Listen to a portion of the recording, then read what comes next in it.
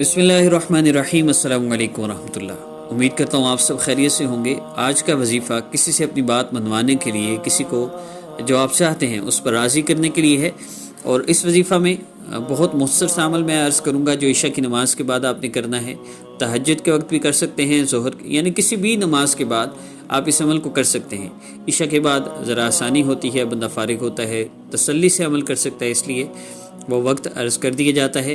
عمل کی ترتیب کیا ہے؟ آپ نے عشاء کی نماز فرض پڑھنے کے بعد آپ نے وہیں مصلی پر بیٹھے ہوئے آنکھوں کو بند کر لینا ہے، سر کو جھکا لینا ہے، اور اللہ رب العزت کا یوں ذکر کرنا ہے: لا محبوبی الا اللہ، لا محبوبی الا اللہ، لا محبوبی الا اللہ، لا محبوبی الا اللہ، لا محبوبی الا اللہ۔ محبوب سے نکلا ہے اللہ، میری محبت، آپ کے سوا کوئی نہیں، آپ میرے لیے سب کچھ ہیں، آپ ہی میرا سب کچھ ہیں۔ لا محبوبی الا اللہ 10 مرتبہ آپ نے اس کا ذکر کرنا ہے۔ اس کے بعد آپ نے اللہ رب العزت سے دعا کرنی ہے۔ دعا کا طریقہ یہ ہے کہ آپ نے درود پاک پڑھنا ہے 3 مرتبہ، کوئی بھی درود پاک، اور اس کے بعد آپ نے اللہ رب العزت سے دعا کرنی ہے، اور جب آپ دعا کر لیں تو آخر میں پھر درود پاک۔ ہر عمل کے جس کے شروع اور آخر میں درود پاک نہ ہو، وہ عمل، وہ دعا اللہ رب العزت کے ہاں پہنچتا ہی نہیں۔ تو دعا آپ نے درود پاک پڑھا، اس کے بعد دعا کیا کرنی ہے؟ آپ نے کسی کو منانا ہے تو اس کو پہلے یہ دعا کرنی: پیارے اللہ، میں نے یہ جو ذکر کیا ہے، آپ اس کا اجر اس فلاں بندے کو میں دیتی ہوں، آپ اس کا دل میرے لیے نرم فرما دیجیے۔ پھر اس کے بعد اللہ تعالیٰ کی جو احسانات آپ پر ہیں، آپ ان کا شکر ادا کیجیے۔ پھر اللہ سے دعا کیجیے: پیارے اللہ، آپ مجھ پر ایک احسان، اتنے احسانات فرمائے ہیں، ایک احسان اور فرما دیجیے۔ میرا یہ مسئلہ ہے، والدہ نہیں مان رہی، آپ ان کو منا دیجیے۔ پیارے اللہ، فلاں میرا بندہ میری بات نہیں مان رہا، آپ اس کے دل میں میری محبت ڈال دیں، وہ میری بات مان جائے۔ اللہ سے یوں دعا کریں۔ اللہ جانتا ہے، اللہ کی قسم، اللہ اتنے مہربان، اتنی محبت کرنے والے ہیں کہ بڑے سے بڑا مسئلہ بھی ہوا، وہیں کھڑے کھڑے اللہ رب العزت سے دعا کی: پیارے اللہ، میرا یہ مسئلہ حل فرما دے، اور الحمدللہ میرے اللہ میرا مسئلہ اسی وقت حل فرما دیتے ہیں۔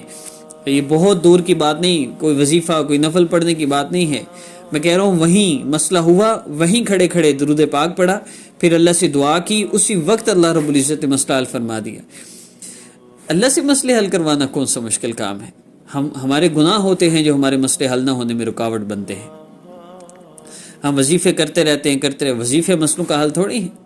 مسائل کا حل تو اللہ کا تعلق ہے، وہ تعلق ہوتا نہیں۔ وظیفے کرتے کرتے ہم اللہ سے مایوس ہو جاتے ہیں، ہم کہتے ہیں جی ہمارا مسئلہ حل ہی نہیں ہونا، وہ جی کوئی اتنے وظیفے کر لیے، اللہ ہماری سنتے۔ اللہ کو کب سنایا آپ نے تو صرف تسبیحیں پڑھی ہیں، آپ نے تو میڈیکل سٹور سے جا کے دوائیاں اٹھا کے کھائی ہیں، آپ نے کسی ڈاکٹر سے مشورہ تو کیا ہی نہیں۔